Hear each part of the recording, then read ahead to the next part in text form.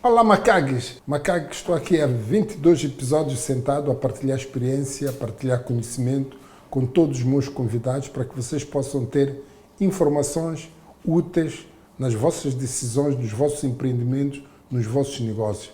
Hoje trago aqui uma das figuras muito especial para mim. Especial porque é um amigo, em primeiro lugar, é um irmão. Segundo, porque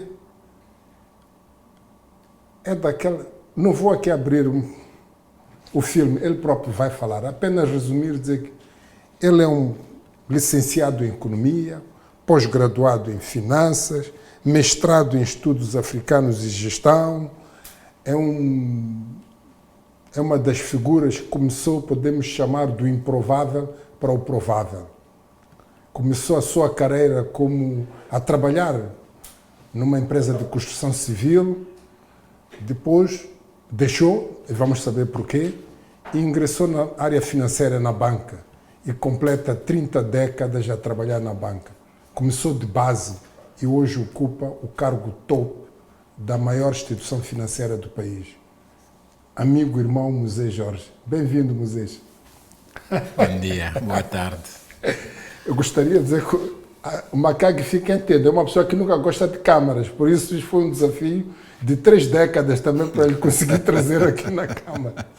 Então, Moisés, é uma honra e um privilégio muito grande, meu amigo, meu irmão, que estamos sempre juntos, mas não sei o que é que lhe levou a aceitar vir falar comigo aqui no podcast, depois de tantas insistências. A palavra não é das palavras que tenho mais dificuldade de articular, do ponto de vista pessoal. Do ponto de vista profissional é mais fácil de dizer não. Mas tu encurralaste-me em poucos dias e não foi possível dizer que não. Arranjei alguns truquitos para ver se te demovia, mas enfim, tudo bem. Esta vai ser uma conversa vadia, portanto, nada de especial. Não vamos falar de onde é que eu trabalho, mas vamos falar de Moisés. É mais fácil falar de mim próprio. Não sei, mas penso que sim. Macague Moisés, é isso que nós queremos. Por isso eu peço os macagues para que peguem bloco e caneta, para que através da trajetória, da experiência, dos desafios e das conquistas que o Moisés percorreu durante a sua trajetória de vida, possam usá-las como inspiração e também como aprendizagem. Moisés, hoje o Moisés ocupa o lugar, acho, mais importante do maior banco de Moçambique, que é o Millennium BIM. Mas a questão que se coloca, pergunta, quem é este Moisés? De onde é que ele vem? E tive aqui a fazer um trabalho e descobri que afinal o Moisés vem de Dombe, Sonsondenga, Manica. Podemos chamar num sítio totalmente improvável para se relacionar uma criança de Dombe para chegar onde chegou. Poderá nos ajudar aqui a partilhar um pouco o contexto das origens do Moisés? Bom, eu nasci numa aldeia, de facto, que dava para fazer um filme daqueles que é de lotação esgotada, né? Lá para a aldeia de Dombe, distrito de Sonsondenga, província de Manica, há sensivelmente 60 e tal anos. Gêmeo, o meu parceiro morreu, porque a minha mãe, como se diz numa vida moderna, deverá ter tido uma depressão pós-parto. E mais ou menos, não diria que nos abandonou, porque quando nós estamos nessas circunstâncias não sabemos muito bem como é que agem. As mulheres têm esse papel delicadíssimo, por isso as respeito e muito. E a minha tia então tomou conta de mim. Portanto, aí começa exatamente a minha trajetória de sorte. Mas logo no parto? Sim. Nascemos, é o que se diz, a história, nascemos e era preciso cuidar de nós, os dois. A minha mãe teve esse contratempo e a minha tia teve que tomar conta de um de nós. Foi uma escolha difícil. Não, e o teu pai, não tenho altura? certeza se era consciente ou inconsciente. E pronto, ele tomou conta de mim e naturalmente dessa escolha resultou a morte do meu irmão. E portanto fiquei eu. Foi a primeira, de facto, opção de sorte na minha vida. O meu pai estava na África do Sul, depois veio Não o conheci, porque entretanto morreu, eu tinha menos de 1 ano, e portanto eu não conheço o meu pai, não conheço a figura do meu pai, não faço a mínima ideia se era alto, baixo, gordo, não tenho esse registro. Não há nenhum registro, nem fotográfico, nem... A E a minha- tua mãe? a Teve minha- algum registro da tua mãe? Não. A minha primeira fotografia foi no Covolar, em 1982, coisa parecida. Portanto, até lá, Mas não, Covolar já é Maputo. já é Maputo. Talvez para situar um bocadinho as pessoas que nos acompanham, os macaques ali em casa, muitos deles temos visto na televisão e outros fora que não conhecem bem o nosso país. Talvez o museu poderá enquadrar, porque nós temos público em Moçambique e em outras partes do mundo, mas gostava que enquadrasse o Dombe. Como é que posso descrever onde é que é o Dombe? Dome é uma região muito gira, naturalmente, é de onde venho, só pode ser, cercado de algumas montanhas, mas também tem uma característica muito interessante para quem vem de Chimoio, a descer para o sul, chega a um determinado ponto, há um corte que só Deus é capaz de fazer. As montanhas ficam atrás e começam uma planície sem fim. É acima de Sussundenga, de Mussurize, que é outro distrito da província de Manica. Portanto, quando nós vamos ao centro do país, ou ao norte, antes de chegarmos a Enxope, viramos à esquerda, no rio Buse, Sim. e vamos à localidade de Dombe e subimos para Chimoio. Era uma localidade que tinha infraestruturas já aceitáveis, estou a falar do hospital, escola. Eu tinha centro médicos daquele tempo, mas eu não nasci certamente num centro médico. Nasci em casa, como muitos saberão, acho que foi uma lasca de cana-de-açúcar para cortar o umbigo, como acontece naquela região. Só sobrevivemos mesmo porque temos o mesmo quase que comportamento dos animais, portanto, naquela altura era assim, e portanto não houve assistência do parteira nem coisa parecida, como provavelmente a generalidade das crianças moçambicanas nascem. Portanto, é uma zona de infraestrutura. Tinha, de facto, o posto administrativo, tinha o posto médico, mas a minha aldeia ficava sensivelmente a 30 km desse posto administrativo. Portanto, Não haveria foi a solução local. Então, não tinha condições capazes de socorrer a elas quando necessitasse de emergência do sítio onde nasceu, com o centro administrativo. Diria que havia condições que permitiram que uma pessoa como Moisés Jorge nascesse, como tantos outros nascessem e como hoje nascem. Porque esta história de há 50, 60 anos atrás repete-se hoje em muitos pontos do nosso país. Repete-se o nascer naturalmente.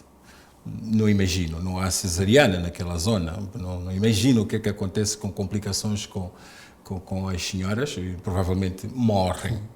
Mas como a natureza e Deus toma conta de nós, provavelmente não há muitas senhoras a morrerem nessas circunstâncias porque a natureza toma conta, tal como disse, alguns animais também passam por essas situações. Portanto, não havia infraestruturas para socorrer. Havia escolas.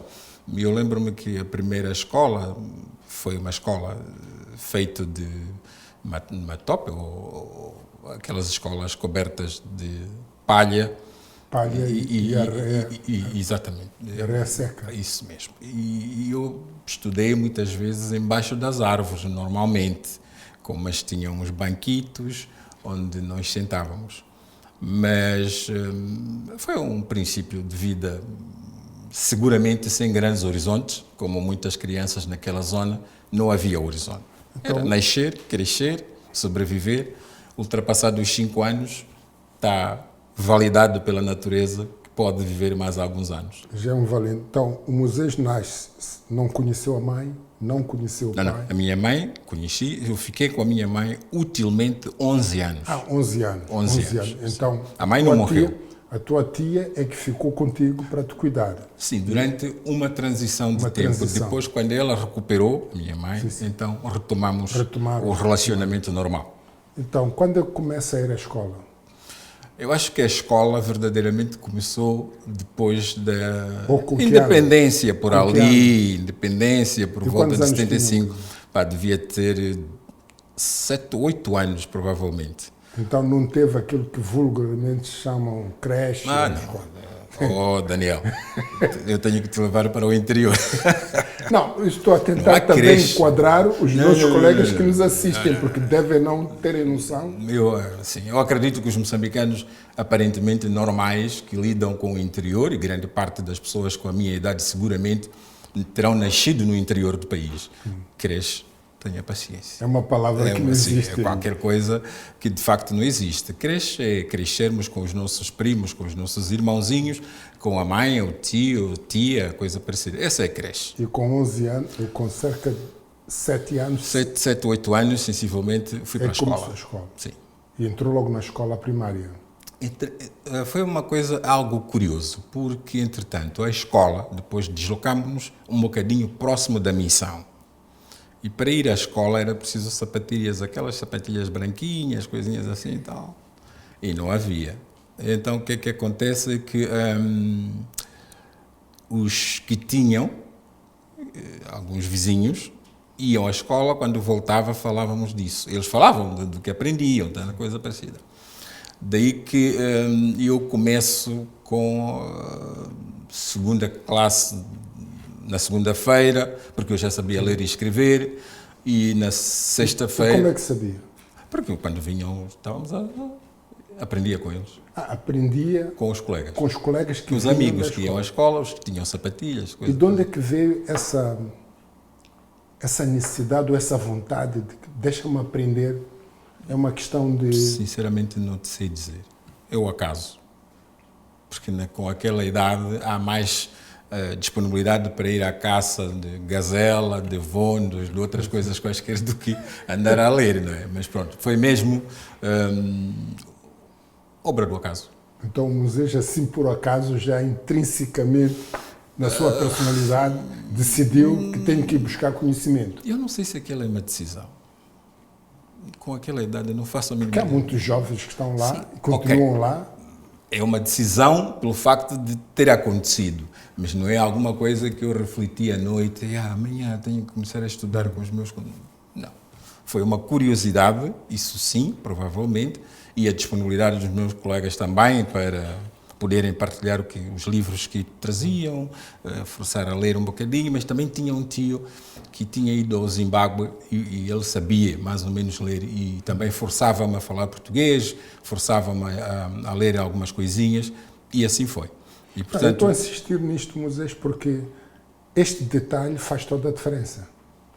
A abertura ao livro e ao conhecimento amplia as referências.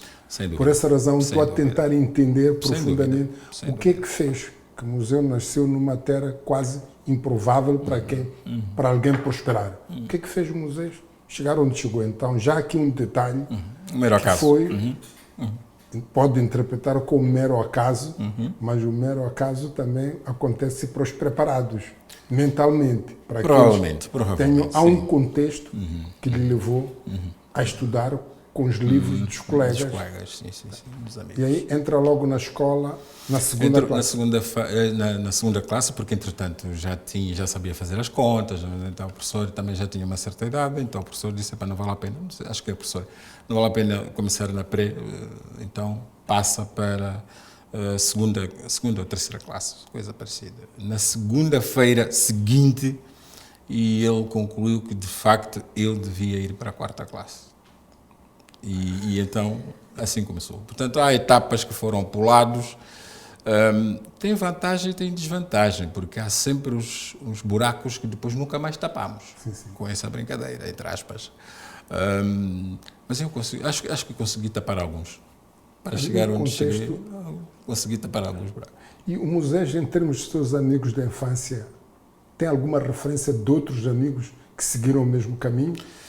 Ou o Moisés foi uma exceção? Não. Que eu saiba, não. Era uma coisa que, sim, naquela altura não se partilhava, mas, sim, que eu saiba, não. Não me lembro. Vai direto para a quarta classe? Sim. E de quarta Isso classe? já é praticamente próximo da independência e fiz a quarta classe. Com quarta classe, o que acontece depois? Pois, então, um dia destes, mais um acaso com um primo meu, não faço a mínima ideia de onde é que veio a conversa. decidimos ir para Chimoio. Trabalhar, enfim, fazer aquilo que os nossos empregados em casa fazem. Qual foi a motivação para ir ao Chimoio? O que é que lhes Não levou? faço a mínima ideia. O que eu me lembro é que estávamos embaixo de uma mangueira a comer manga, literalmente, com as roupas que havia, né? Os velhos traziam roupa da África do Sul ou coisa parecida, cortava, ficava calções e era suficiente. Eu lembro-me que estávamos embaixo de uma mangueira, estávamos a conversar, o meu primo dizia, vamos a Chimoio. Não fazia a mais pequena ideia onde é que era Chimoio, onde é que era o norte, onde era o sul, não fazia a mais pequena ideia. Entretanto, depois fomos à pesca, voltámos e decidimos que, de facto, deveríamos ir a Chimoio. Não faço a mínima ideia. A escola com que... Na quarta mesmo? Na quarta mesmo. Feita a quarta. Feita a quarta, decidir ir a Chimoio. E eu aviso a minha mãe teve uma reação assim inesperada, que vai. Não é normal, com aqueles 11 anos, uma mãe dizer vai, sem saber exatamente para onde. Mas, pronto, saímos de Chimoio, aquilo são cerca de 70 ou 80 quilómetros, se não estou enganado, próximo do Xém.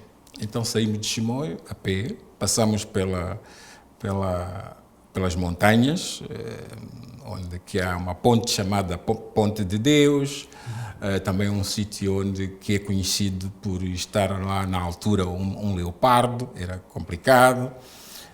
Mas também a inocência ajuda muito a fazer determinadas coisas, né? Fomos, tanto mais que... A pé. 70 e tal quilómetros? 70 a 100. Depois, daqui a alguns dias vou-te dizer exatamente quantos quilómetros são. Eu vou contigo, eu quero conhecer. Então, avançamos a pé até Sussundenga. Chegamos mais ou menos à noite, já estava... Sabes que o monte mais alto do país está em Manica, né? Sim. Portanto, estávamos mais ou menos aí, junto do Chimanimani, Monte Binga. Dormimos em casa de um suposto tio, que tinha saído da aldeia, foi para Sussundenga, que é o distrito. Dormimos, e uma das coisas interessantes em África é o acolhimento.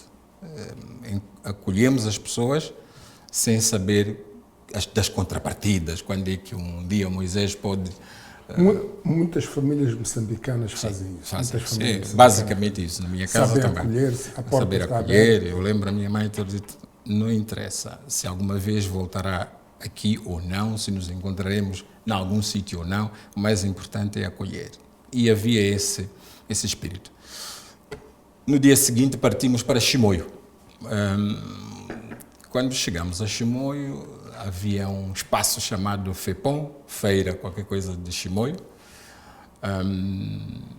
e havia um recenseamento. As pessoas estavam a fazer recenseamento, porque também nós não tínhamos nenhuma identificação. Militar ou... Não, civil.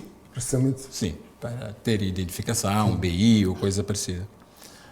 Eu fui ter a uma das mesas do recenseamento e o senhor que estava a fazer o recenseamento perguntou o que é que eu vinha fazer, de onde é que vinha, tá? Vim lá de Dombe e tal, ok.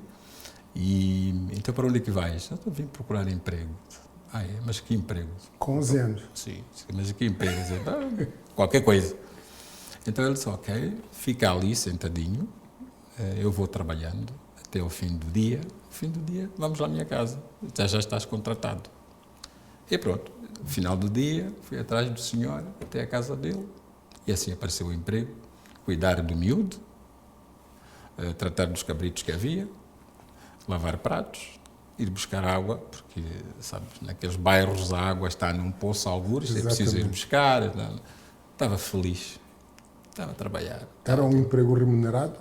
Sim, não me lembro qual era, o que é que remunerava, nem quero saber, porque de facto devia ser tão pouco. Mas eu depois dei conta, porque um desses dias usei uma chávena dos patrões para tomar chá. Foi um erro grave, porque não podia ter acontecido. Né? Então o patrão e a senhora partiram aquela chávena, porque tinha sido usado por empregado. Né? Deixa-me só enquadrar. O patrão era uma pessoa da raça negra? Era um patrão. Não, em termos... Era uma pessoa. Não, eu coloco Eu isso percebi a porque tua o contexto... Sim, sim, era pessoa normal, entre aspas.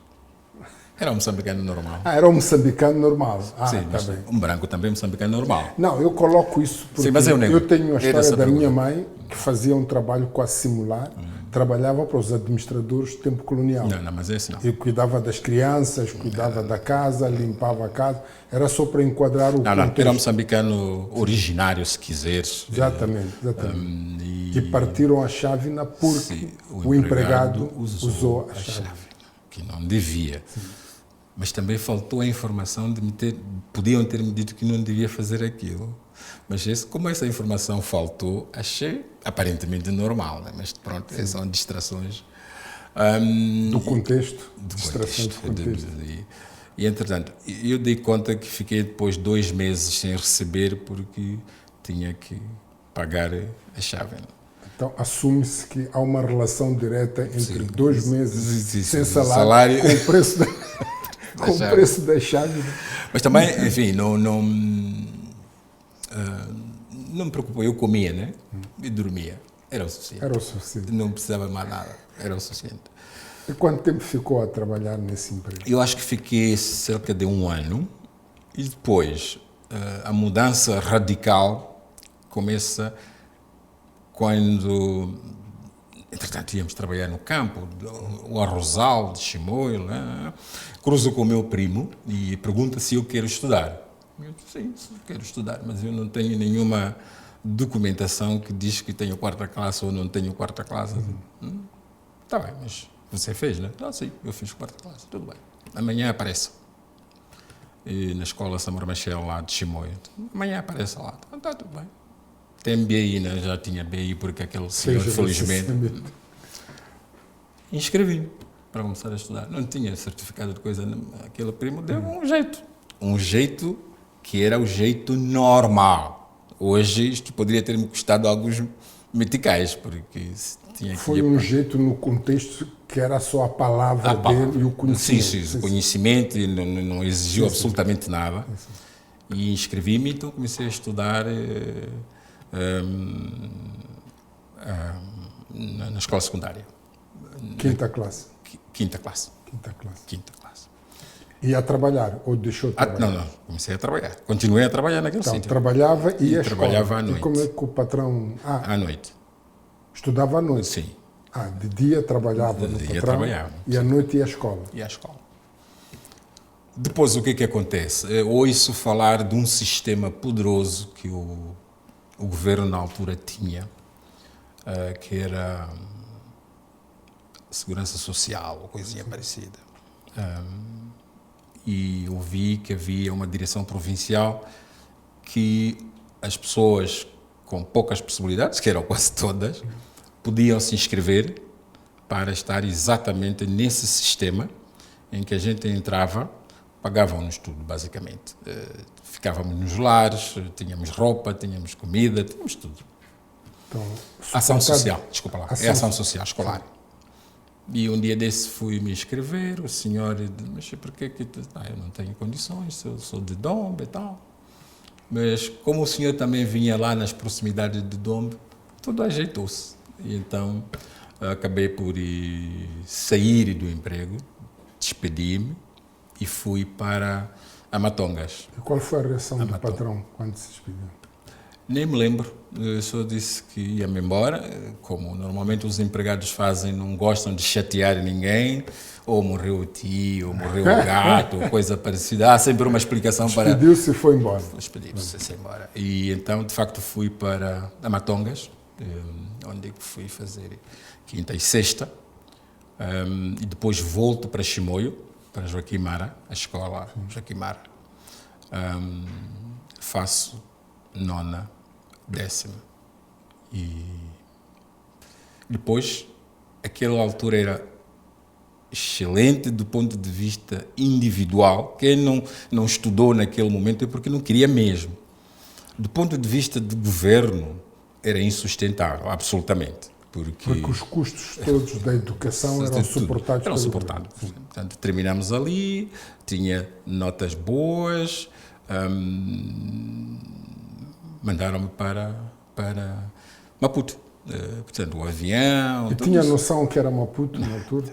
Maputo, estamos a falar macaco aqui na capital. Sim, na capital. Capital eu do país. vim para Maputo em 82 pela primeira vez. E veio de avião. Sim, naquela altura tinha que ser mesmo. E qual foi a sensação? Foi disruptivo? Disruptivo e inocência ao mesmo tempo. Porque, enfim, a gente é assim mesmo. A alegria, o desconhecido, o que Bolsa é que vai do acontecer. governo. Bolsa do governo. Era bolsa, todos nós vivíamos de bolsa do governo, não é? Portanto, pouca gente pagava o ensino, pouca gente, se não estou enganado. Portanto, vim para o Covolar, o Instituto Comercial de Maputo. Covolar também é o centro Sim. de recepção de Os estudantes estudantes. suportados pelo governo. Tudo era. Não me lembro. Eu acho que peguei dinheiro, na verdade, em 84. Nunca tinha pegado dinheiro. 84 já com quantos anos? Já estava com 18, 19. Não era preciso. Não tinha noção que era uma nota. Não era necessário. E como é que o patrão pagava lá? Eu acho que pagava, nem fazia ideia o que é que fazia com aquilo. Eu acho que não. Agora me recordo. Ele guardava no pressuposto de que no regresso à casa... Mas acho que nunca me entregou. O sistema dos mineiros, sim, né? Sim. Em que guarda-se para quando regressa a casa. Mas acho que ele nunca me entregou. E nunca voltou lá a exigir o patrão, nem nada? Não. Era irrelevante. Implica, só para aqui os macacos perceber, nós estamos a sair do Dombe, de Manica, agora para Maputo.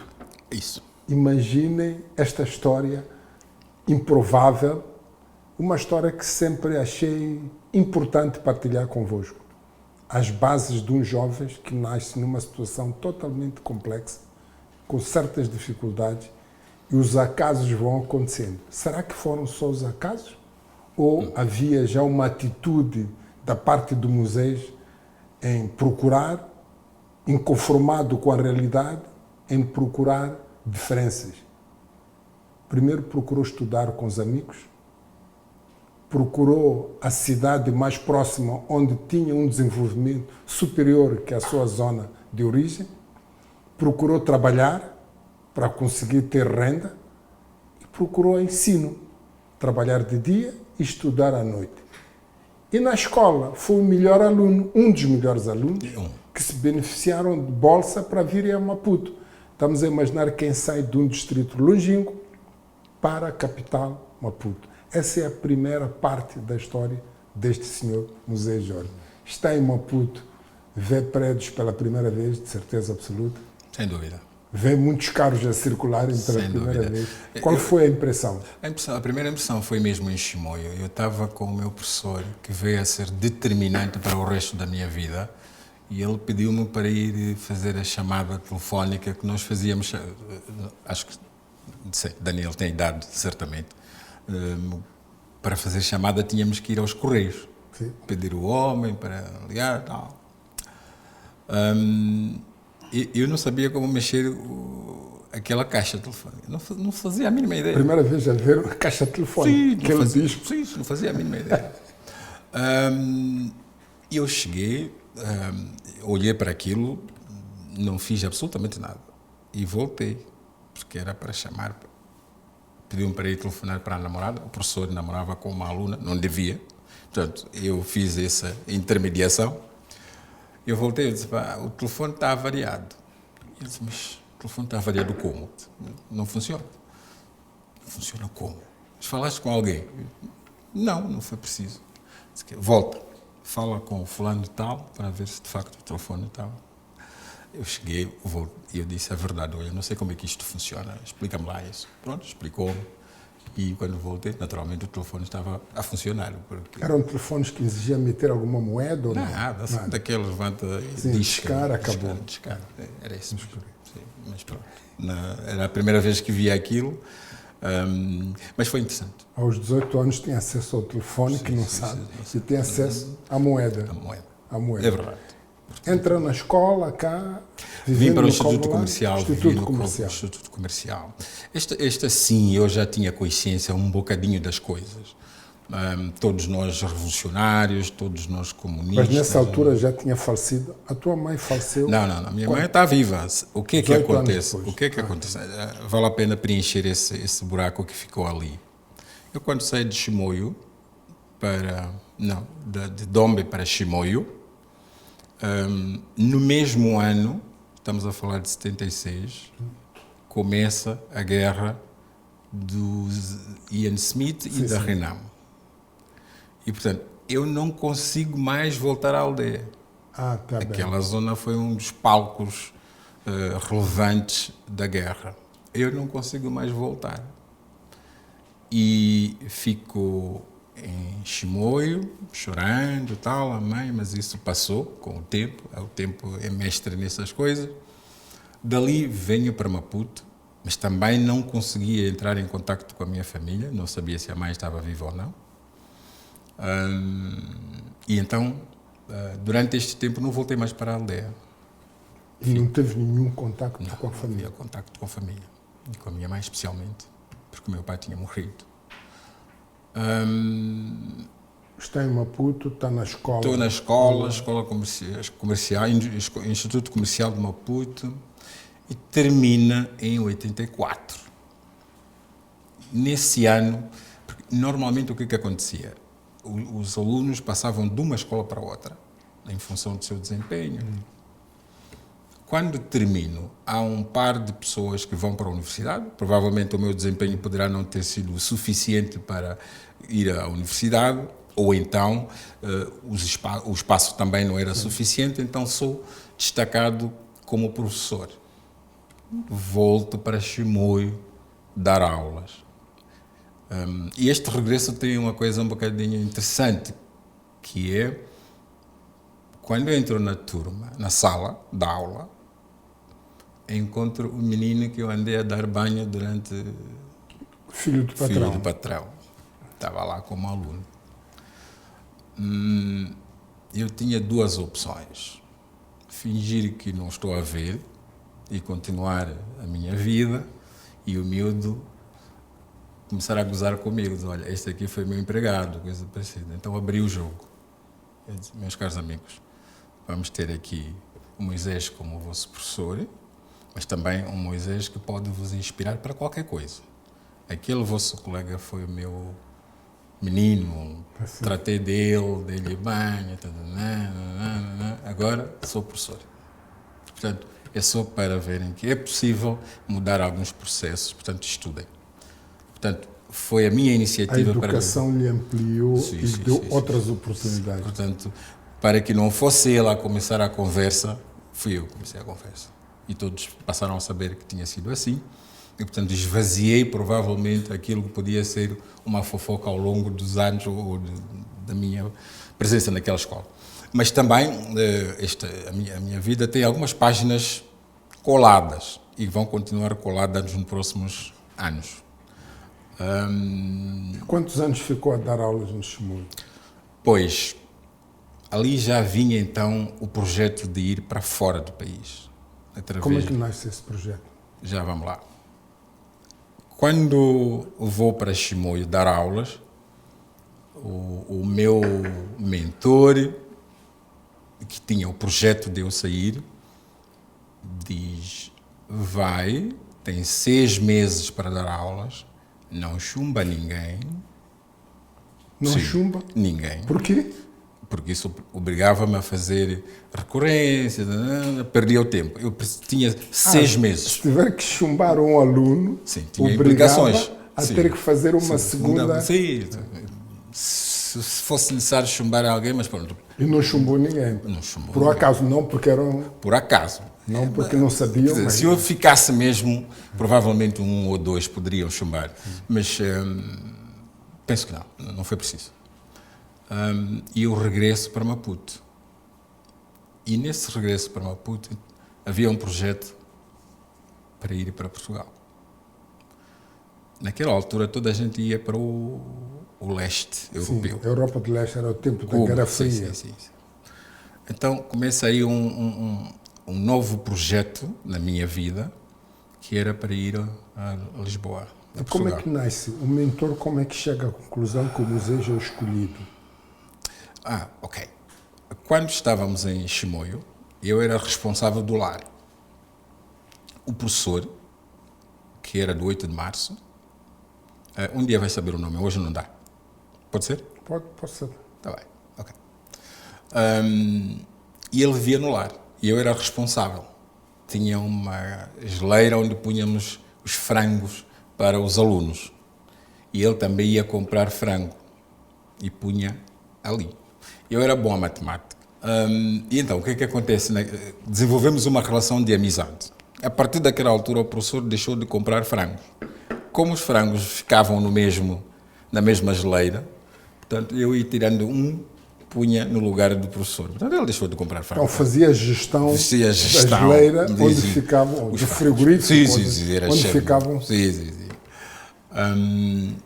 E, entretanto, também ele tinha uma namorada que era colega, o que naquela altura era basicamente proibido. Em termos do código. Do código de conduta. Se calhar também hoje, mas não faço ideia, não sou professor. Mas, ok, no sítio onde trabalho também há essas restrições, naturalmente. E eu então fui funcionando como um bypass. Parecia eu namorado. Mas foi intencional ou foi porque estou a ver o Moisés ter a capacidade de ver uma oportunidade de quem decide prestar-lhe um serviço, servir? Não, mas isso não havia nenhuma ligação. Era uma amizade pura. Mas essa amizade não pensava pura, em nada mais. Essa amizade pura sai de um pressuposto de servir algo Sim. que mitigasse alguns constrangimentos que ele podia ter, quer na questão da parte do frango e da namorada. Sim, foi. Basicamente então, isso. Já começou aí também a ter foi um uma processo cobertura. Foi uma cobertura. Sim, mas empreendeu, viu uma lacuna e preencheu essa lacuna. Não faço a minha ideia se pensei ou não, mas é o que aconteceu.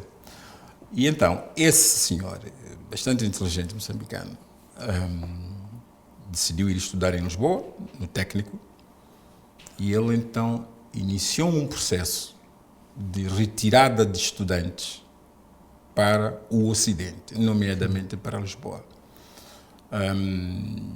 Acabamos por ser 5 nessas situações. Foi um processo complexo, porque era um processo verdadeiramente não autorizado. Mas fomos, também depois tive um apoio de padres. O que quer dizer não autorizado? Não se ia ao Ocidente sem mandamentos. Exatamente. Naquele contexto não era. Não. Mas também aprendi outra coisa, que os chefes às vezes, espero que os teus não estejam a ouvir isso, né? Mas pronto, os chefes às vezes distraem-se e às vezes podem autorizar uma coisa que não estão a pensar o alcance. Não, acham normal porque estão muito ocupados e autorizam. Por que é que eu digo isso? Porque, mas vou abrir a página colada, eu acredito que a doutora Graça Machel terá autorizado consciente ou inconscientemente que eu tivesse uma autorização para ir a Lisboa, juntamente com outras pessoas, porque naquela altura, para sairmos, precisávamos de guia de marcha, como vocês sabem. Perguntou-se por que eu precisava de guia de marcha. Precisava de ir para Lisboa, conhecer e tal, ou vivem lá os portugueses. Mas, bom, devia ter muita coisa para fazer a senhora. Despachou lá. Despachou. E, portanto, mas aquilo era salvo-conduto que era preciso naquela altura. Era o documento essencial para conseguir viajar. E outro tema aconteceu no Instituto Comercial. Eu normalmente sou conhecido de Moisés Jorge, mas na verdade eu tenho um apelido chamado Chitio, mas que não consta no BI. Mas fui usando o Moisés Jorge Chitio todos os dias, nos testes, coisa parecida e tal. E quando eu termino o Instituto Comercial, preciso do certificado. E o certificado não batia com o BI. Porque o certificado chamavam Chitio, enquanto o BI era Moisés. O bilhete de identidade era Moisés. Então fui ter com o famoso rigor científico, o doutor Rosário Fernandes, que era um homem rigoroso, continua a ser rigoroso, eu admiro muito, gosto imenso do homem. Fui-lhe pedir o certificado. Perguntou para quê? Para tirar carta de condução. Ele é inteligente, como sempre, ele diz, você está a mentir. Neste país não se precisa de certificado para tirar a carta de condução. Exatamente, para tirar a carta de condução. Eu disse, tá bem, ok, não há tema. Eu fiquei toda a manhã de domingo, ele foi jogar futebol, aí no Instituto Comercial, à espera do certificado. Ele, quando voltou, olhou para mim e disse, ainda estás aqui? Eu disse que sim, precisa de certificado, quero tirar carta de condução. Deu ordem à atual esposa do primeiro-ministro, que trabalhava connosco, e autorizou o certificado. O certificado era necessário para eu me matricular em Lisboa, no Porto especificamente. Eu também não sabia muito bem o que era aquilo, porque que era preciso. Então, ele autorizou-me a ter o certificado com Moisés Jorge Chitio. Eu, quando chego a casa, olho aquilo e digo, isto aqui não serve. Porque tem Chitio, o Porque tem Chitio, o bem não tem. O que é que eu vou fazer? E como é que eu vou convencer aqueles senhores que Moisés Jorge Chitio é Moisés Jorge? Como é que vai ser isso? Fui lá, não faço a mínima ideia qual é a história que contei, mas a verdade é que corrigiram. Porque naquela altura não havia muitas aldrabices. Mas pronto. Corrigiram e eu tive, de facto, o certificado correto. Mas depois era preciso passaporte, essas coisinhas todas, página colada. Portanto, podemos saltar. Só sei que... Conseguiu organizar tudo. Sim. E aí viajou. Quem que paga? Quem que essa parte é mais interessante porque, entretanto, havia uma fábrica em Moçambique, em Maputo, chamada Fábrica Vidreira. Né? Vidreira, sim. Vidreira de Moçambique, coisa parecida. Então, como já pensava em casar, não sei se era pensava em casar, mas toda a gente tem esse sonho, os outros pode ser um pesadelo, mas alguns têm, é sonho, casar. E eu comprava os pratos. Comprava não, dava explicações, as pessoas pagavam-me com os pratos. Pratos, coisas assim. Com os pratos, dava explicações na videira? Não, as pessoas. As pessoas, e pagavam com pratos? Isso.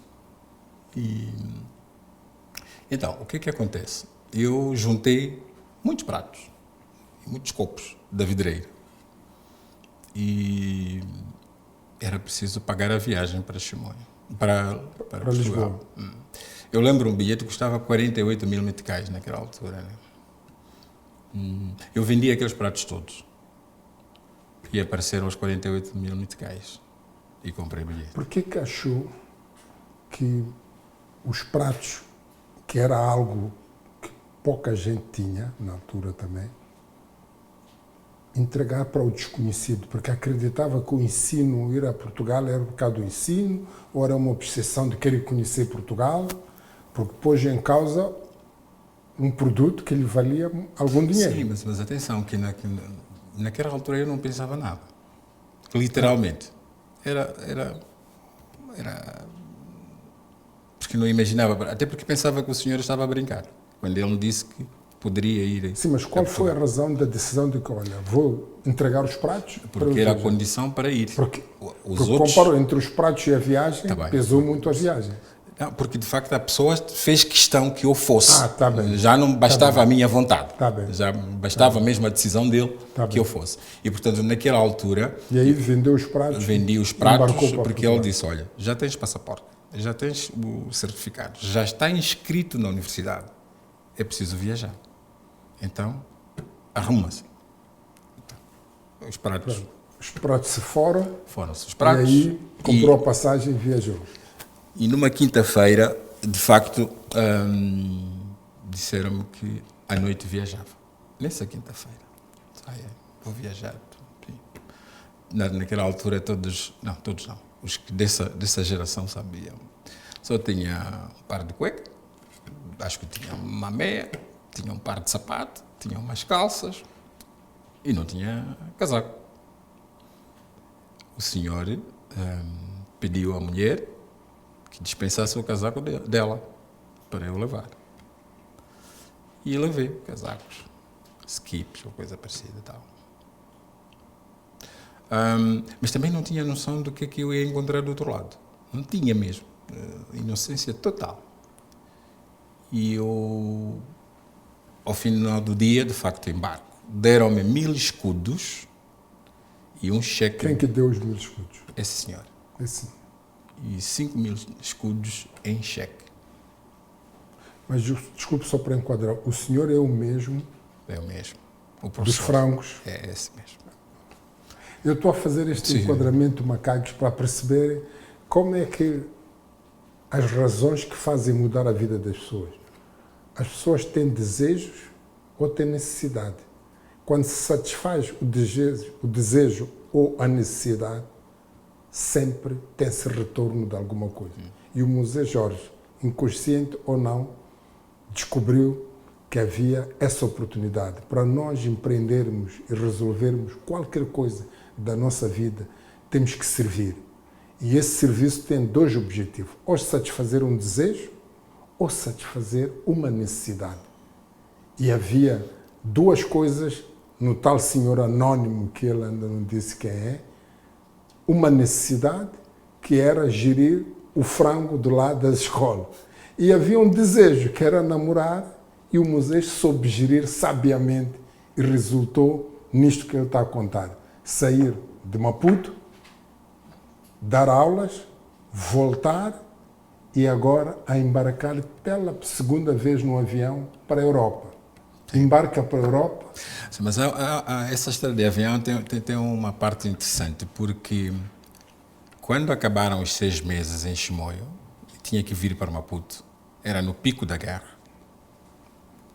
E havia um senhor que trabalhava no Sport Clube de Chimoio, esse sim branco, baixinho.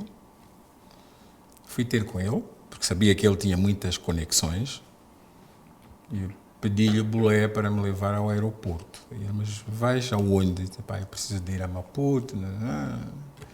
E ele disse, ok, fica ali, depois vou-te levar. Eu fiquei à porta do bar do homem, quase 5 horas, sentado, à espera. Tal. E ele, como tinha sempre informações, eu disse, o avião está a chegar, vamos. Mas você pode me ajudar a entrar no avião? Eu disse, não te preocupes, vai. E fomos até o aeroporto, e ele era o homem conhecido naquela zona, alimentava toda a gente. E ele chegou, disse ao capitão, leva este miúdo que quer ir a Maputo.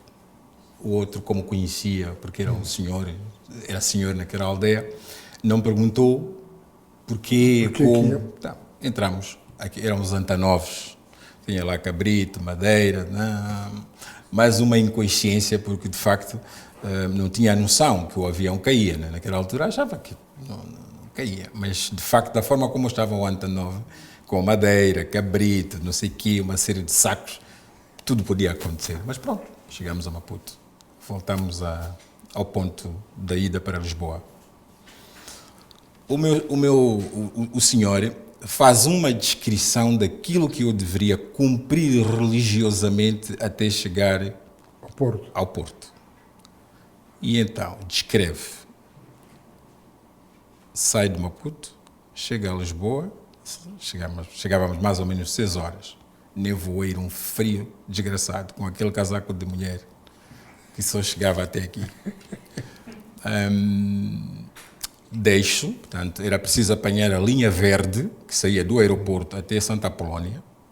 Santa Apolónia tinha que apanhar um comboio que ia até Campanhã. Campanhã tinha que apanhar um comboio que ia a São Bento, na baixa da cidade do Porto.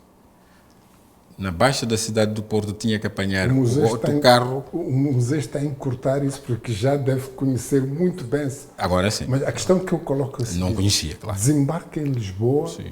E como é que fez essa trajetória? Perguntei.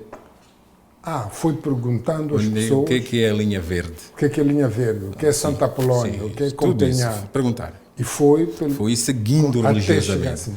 E apanhar o autocarro número 6, ir a Miragaia, que é a reitoria, inscrever, voltar a apanhar a linha 6 para vir à Baixa da cidade do Porto e depois... Tinha um guião. Tinha mesmo, eu cumpri aquele guião.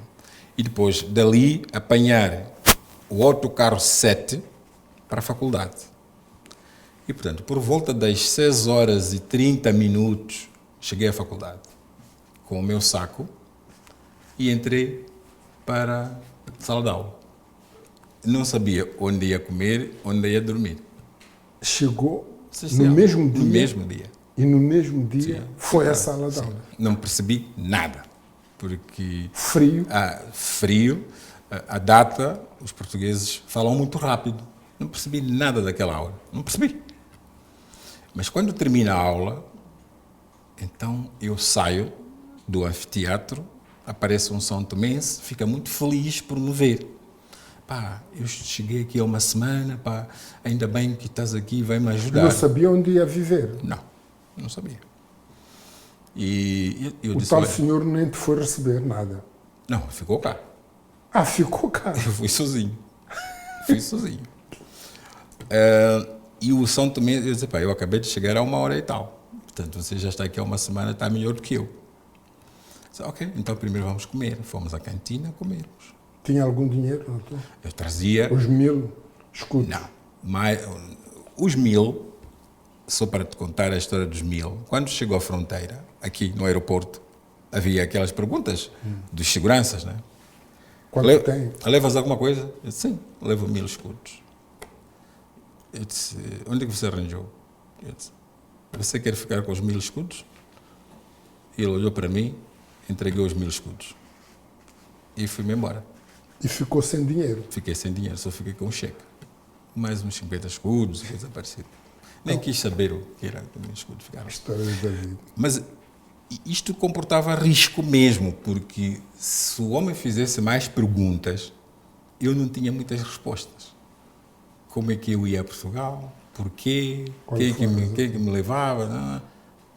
Felizmente não fez mais perguntas. Conseguiu entrar no avião? Consegui entrar no avião. Então, sai das aulas, vai almoçar. Sai das aulas, fomos jantar. Foram jantar. Chover, imagina, Porto, em novembro, muito frio, aquela chuvinha, nevoeiro. Pronto, saímos. Saímos, nas paredes há sempre uma série de números de quartos, tiramos 3, 4 números, não havia telemóvel, tínhamos que ligar através das caixas telefónicas, ligámos para 4 sítios, disseram que sim. Mas acho que eles estavam a confundir o nosso sotaque com o brasileiro. Mas o tema mais interessante é que o meu mentor disse-me algumas coisas, tipo, vai-se para Portugal, é um país de brancos. Alguns deles saíram daqui muito mal dispostos pela Revolução, pela forma como as coisas aconteceram. Há alguns que nunca viram um preto e, portanto, podem ter uma reação estranha. Mas esse não é o teu problema. O teu problema mesmo é ir estudar. Não ligue a essas coisas. Não dê importância mesmo. Está bem. E, de facto, não dê importância. Batemos 3, 4, 5, 6 casas. Quando chegávamos, diziam, olha, tenho pena, acabei de alugar agora mesmo. Como é óbvio, já eram 20 horas da noite, não tinham acabado de alugar, só viram como éramos e não podia. O São Tomé começou a reclamar, disse, amigo, calma aí, vamos de ter um sítio para dormir. Até que, de facto, já era meia-noite e tal, muito cansado, e eu fui ficar numa pensão chamada Lua de Mel. Dormi, e no dia seguinte, já era sábado, porque viajei da sexta-feira, quinta para sexta. No sábado, ok, já tenho mais tempo para procurar. Para procurar. Eu saio e eu despeço do lar, daquela pensão. Por quê? Na minha matriz não se pagava hotéis, não se pagava nada. Aqui não se pagava. Eu dormi, toca a andar. O homem chama, diz, onde é que o rapaz vai? Eu vou embora. Então, não se paga. É preciso pagar? Sim. E na altura, de facto, já só tinha um cheque. O meu amigo São Tomense tinha dinheiro, pagou a parte devia ser pago. Depois andamos e encontramos um quarto E aí começa a jornada de estudar. de estudar na faculdade de Porto. Mas estudar, tinha uma semana rigorosamente, porque no fim dessa semana o meu amigo vinha e ia nos levar para nos apresentar aos padres, onde passaria o resto da minha vida. Tá bem. E foram 5 aanos a estudar? Ou 5 anos a estudar, Fez e depois, a faculdade? 5 anos, e depois comecei a namorar e tal, aquelas coisinhas, né, normais. Concluiu a faculdade direto, sem falha? Não. Eu tinha esse objetivo.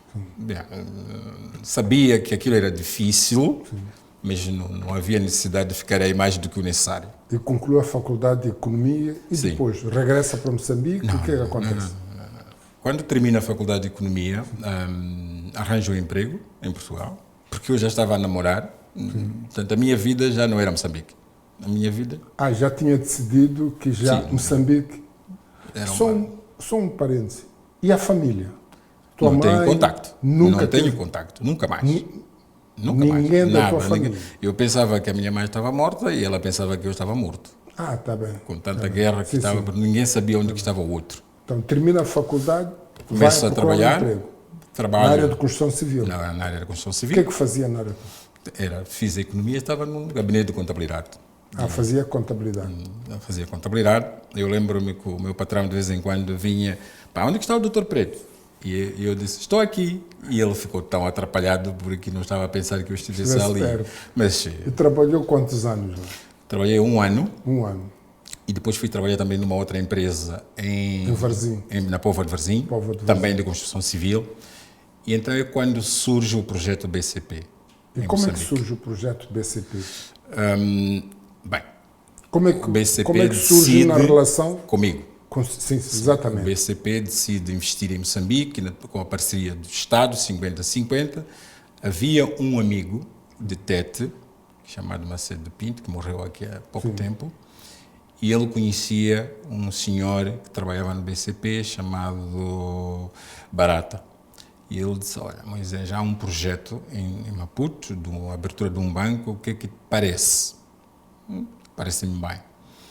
E fui à entrevista a Lisboa, e então E foste aceito. fui aceito. Integrei, então, 1994. 94. portanto, durante 94 trabalho no banco, para integração, iniciação, preparação para vir para Moçambique. Então, entrou no banco Milênio BCP. Milênio Portugal, BCP para vir para Moçambique. Para vir para vir- objetivo. E para vir para Moçambique. quanto tempo trabalhou lá?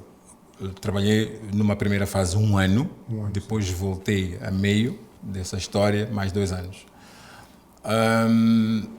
Mas em 94 nasceu meu filho e isto foi um desafio. Vir para Moçambique, deixar a família, deixar o filho, foi um grande desafio. Felizmente, a minha mulher, na altura, percebeu, compreendeu, permitiu que eu viesse. Mas foram momentos muito difíceis, porque, de facto, saí para Moçambique, o miúdo tinha 1 ano. E vim para Moçambique, para integrar E a abre primeira equipa. uma nova etapa. Abre uma nova etapa. Também, mais uma coincidência, porque esta história de entrar para o BCP e decidir vir para o grupo, para Moçambique, vir ganhar menos do que ganhava em Portugal, essa foi uma escolha. Foi uma decisão, porque podia pensar... Por que aceitou?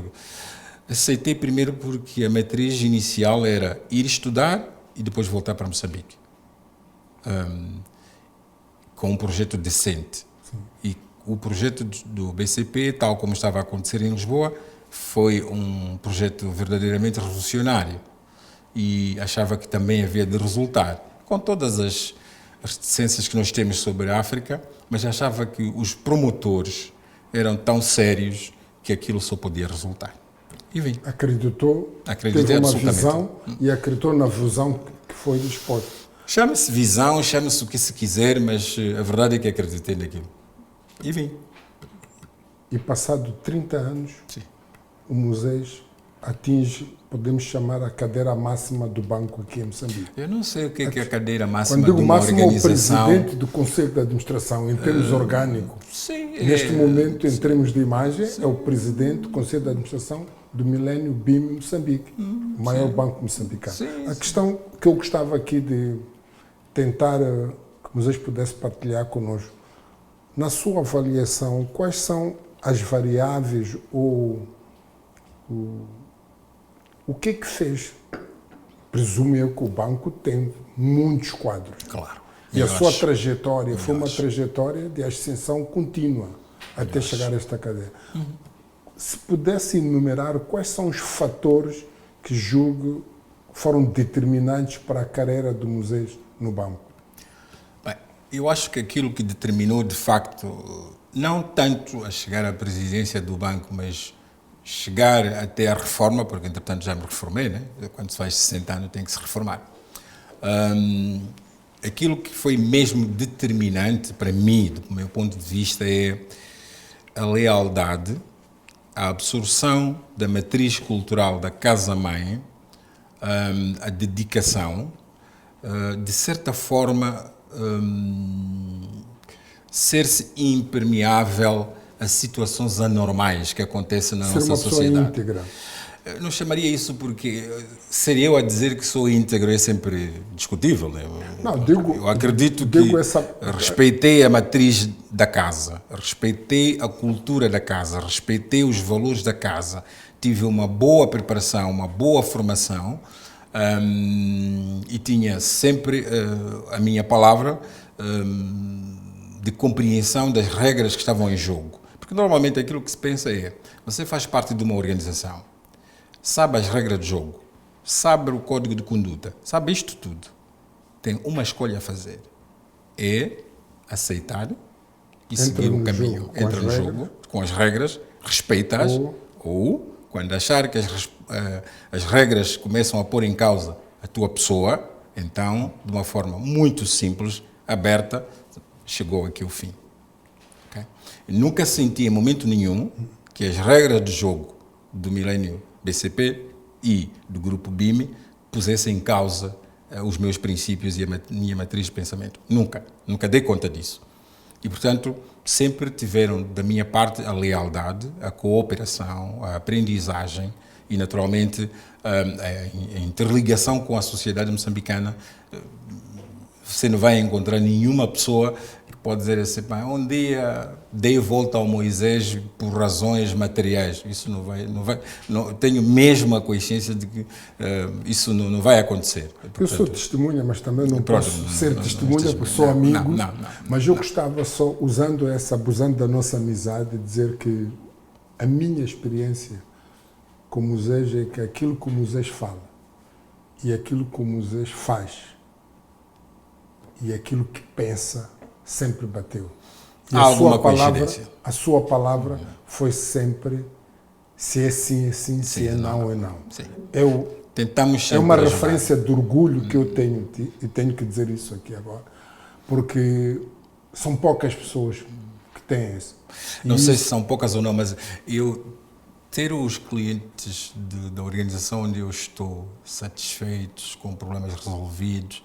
É óbvio que há problemas, às vezes, que não têm solução por razões naturais, entre aspas, organizacionais, mas cada vez que eu respondo positivamente a uma pessoa, pode ser no âmbito profissional ou fora, fico muito feliz. Saber servir sem querer saber a quem.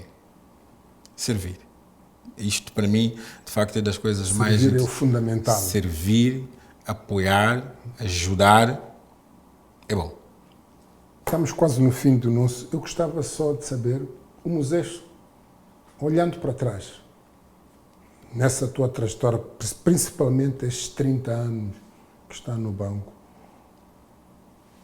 é uma pessoa resolvida, satisfeita? O que é que mencionaria como grandes conquistas do Moisés? Eu sou ou duas ou três conquistas que lhe fazem?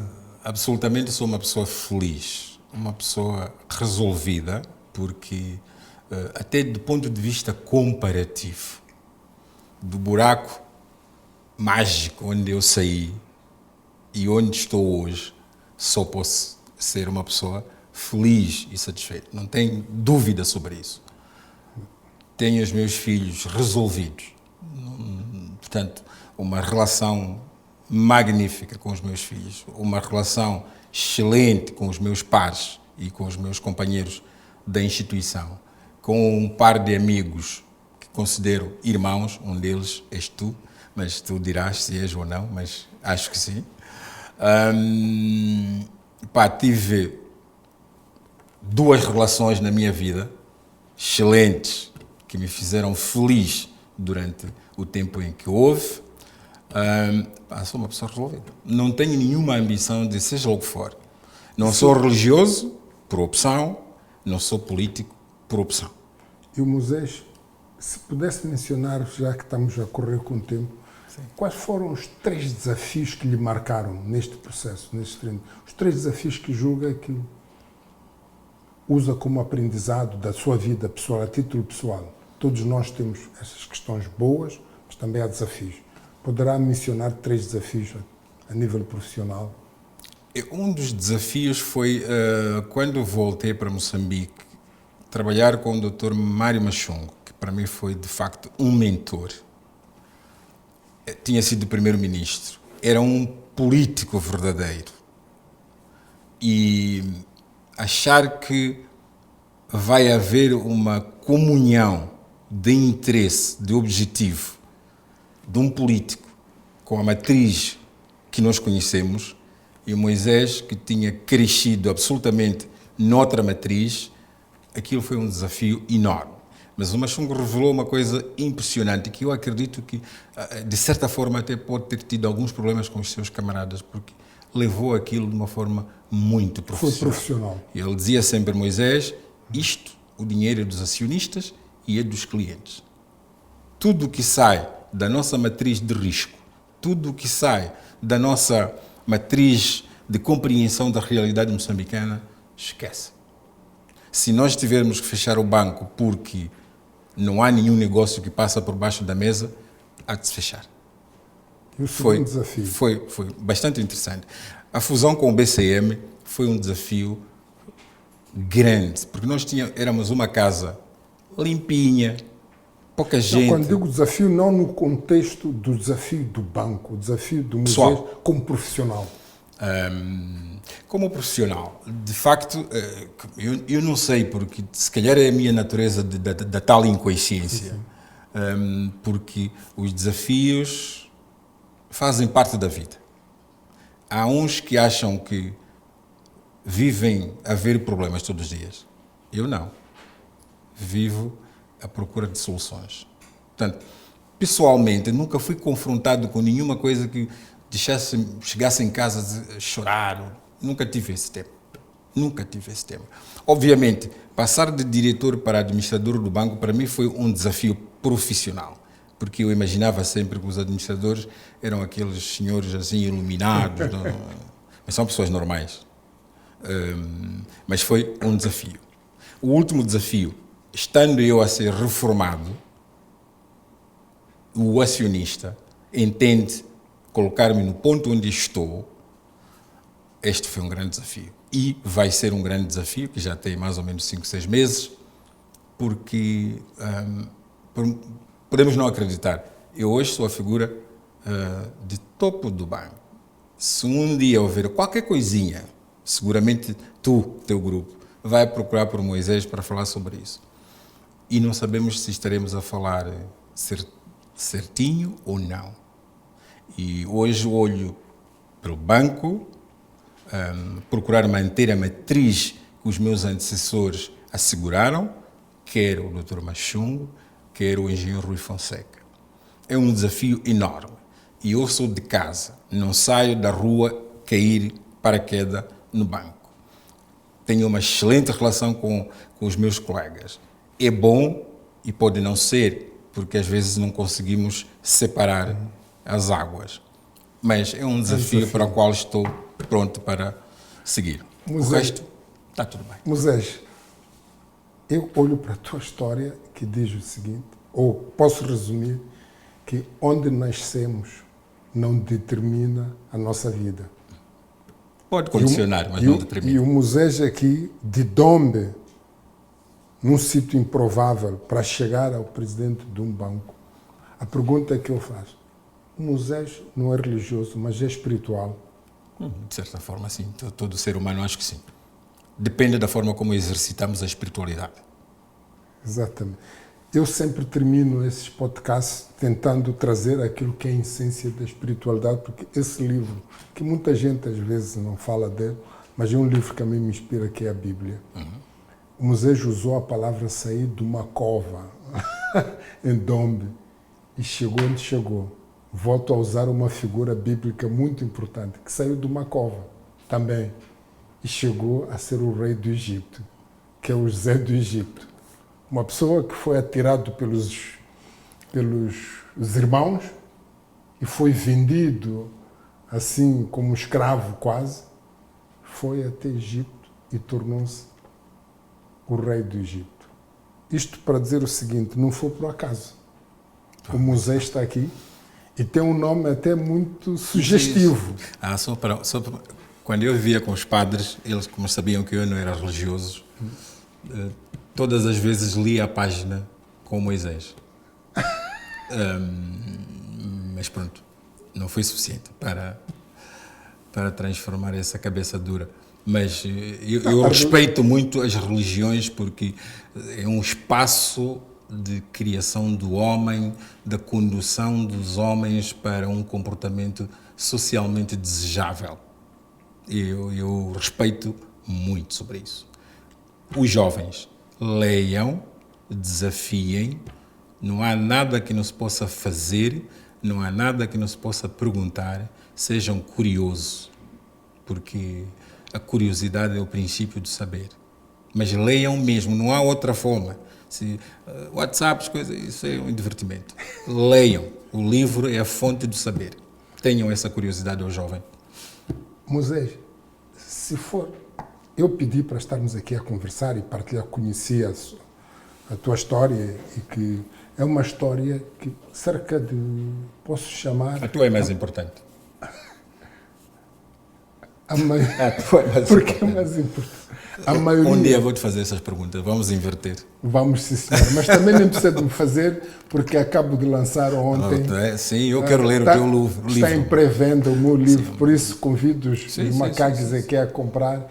A Zona do Impossível já está em pré-venda e no mês de outubro faremos o lançamento aqui em Maputo do livro A Zona do Impossível, que conta um pouco da minha história.